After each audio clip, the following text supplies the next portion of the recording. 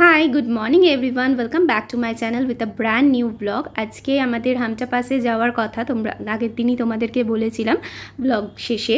তো যাওয়ার জন্য সকালবেলা উঠে একটু তাড়াতাড়ি করে বেরোতে হবে বলে একদম সকলে মিলে রেডি হয়ে ব্রেকফাস্ট করে বেরিয়ে পড়েছি। আর ব্লগটাকেও আমি আজকে এখান থেকেই স্টার্ট করছি। ওই উঁচু জায়গাটা দিয়ে গাড়ি আসবে, যেহেতু মা বাবার পায়ে ব্যথা, নামতে উঠতে একটু অসুবিধা হয় বলে হোটেল থেকে পারমিশন দিয়েছে যে গাড়িটাকে ওদের এই গ্যারাজে, মানে এই যে হলটা আছে এখানটাতে তোলার জন্য আর কি।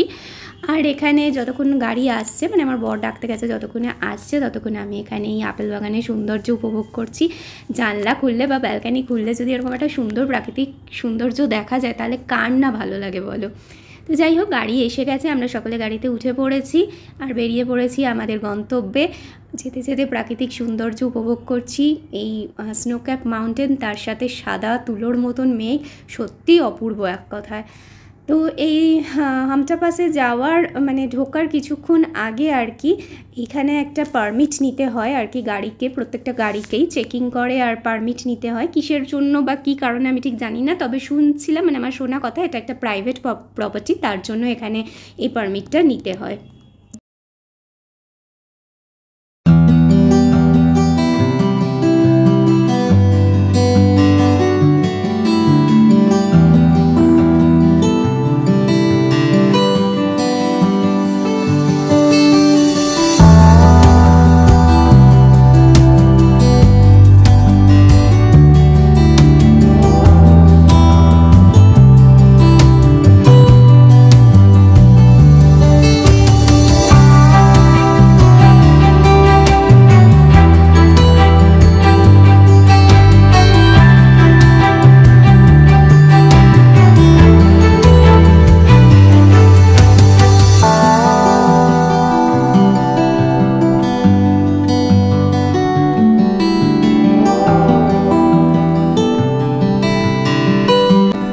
হামটা পাসে এসেছি, তো এইখান থেকে ট্রেক করা যায়, বাট আমরা তো ট্রেক করবো না।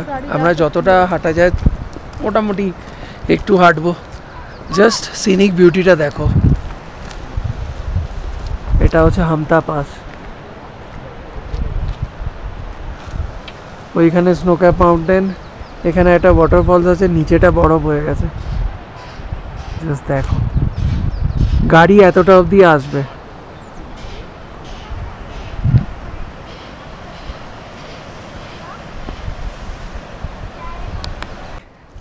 সিনিক বিউটি ব্যাপক আছে এইখানে। যদি ওই ডিসেম্বর থেকে মার্চের মধ্যে, মানে ফেব্রুয়ারির এন্ডের মধ্যে যদি আসা যায়, প্রচণ্ড বরফ পাবে।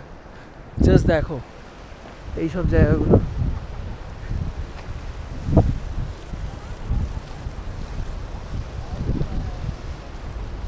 দেখো দারুণ। যাবে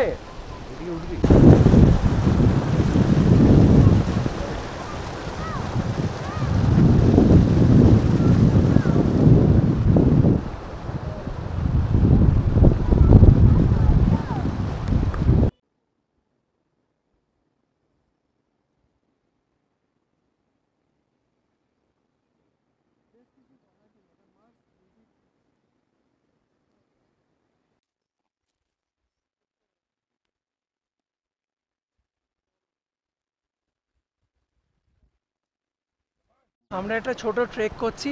এই যে ওই দূরে একটু বরফ দেখা যাচ্ছে, ওইখানে যদি যাওয়া যায়, দেখা যাক কতটা যেতে পারি আমরা। দেখে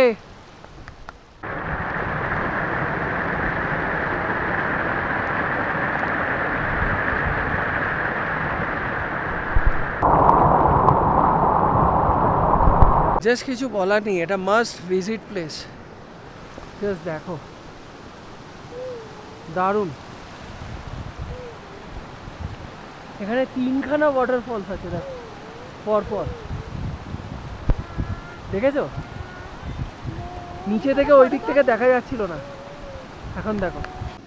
আর মেয়ে ট্রেক করছে, 3 বছর বয়সে এই ট্রেকিং। চলো চলো চলো, এতটা স্টিপ জায়গায় হেঁটে হেঁটে যাচ্ছে। চলো চলো চলো মামা। কোনখান থেকে এসছে দেখো, এতটা নিচে থেকে ওপরে উঠেছে।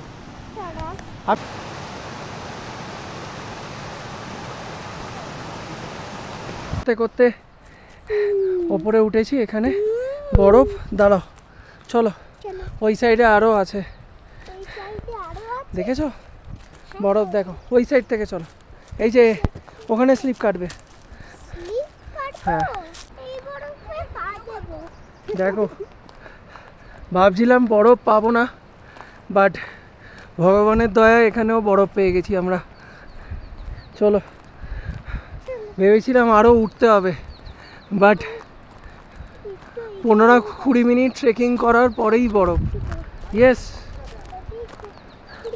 আরে আছে এখানে। জায়গাটা ক্যাম্পিং করার জন্য একদম আইডিয়াল স্পট, খুব সুন্দর জায়গাটা।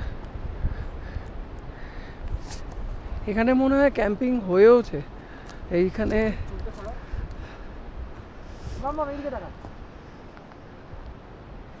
এই জায়গায় ফটো সেশন চলছে।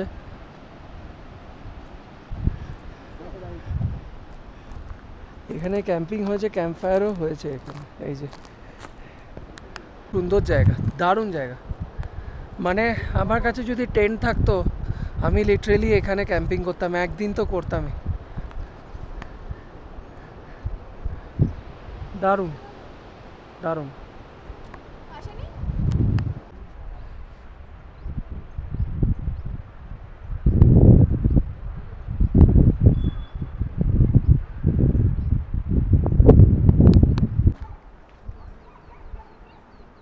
Heavy view. বাস থেকে ফেরার পথে ড্রাইভার সাহেব যেহেতু লাঞ্চ হয়নি, তো এই হোটেলটাকে দেখিয়ে দিয়ে বললেন এই হোটেলটা নাকি খুব ভালো, আর খাবারও খুব ভালো। তো যাই হোক, আমরা এখানেই দুপুরের লাঞ্চটা অর্ডার করে দিলাম এবং এখানেই খেয়ে নিলাম। তো লাঞ্চে আমরা অর্ডার করেছিলাম ভাত, ডাল, মিক্স ভেজ আর ফ্রেঞ্চ ফ্রাইজ। প্রত্যেকটা খাবার ওরা ফ্রেশ এবং খুবই টেস্টি ছিল। সবকটা খাবারই ওরা বানিয়ে দিয়েছিল, একদম গরম গরম খাবার। খিদের মুখে তো খুবই ভালো লাগছিল খেতে, ভীষণ টেস্টি।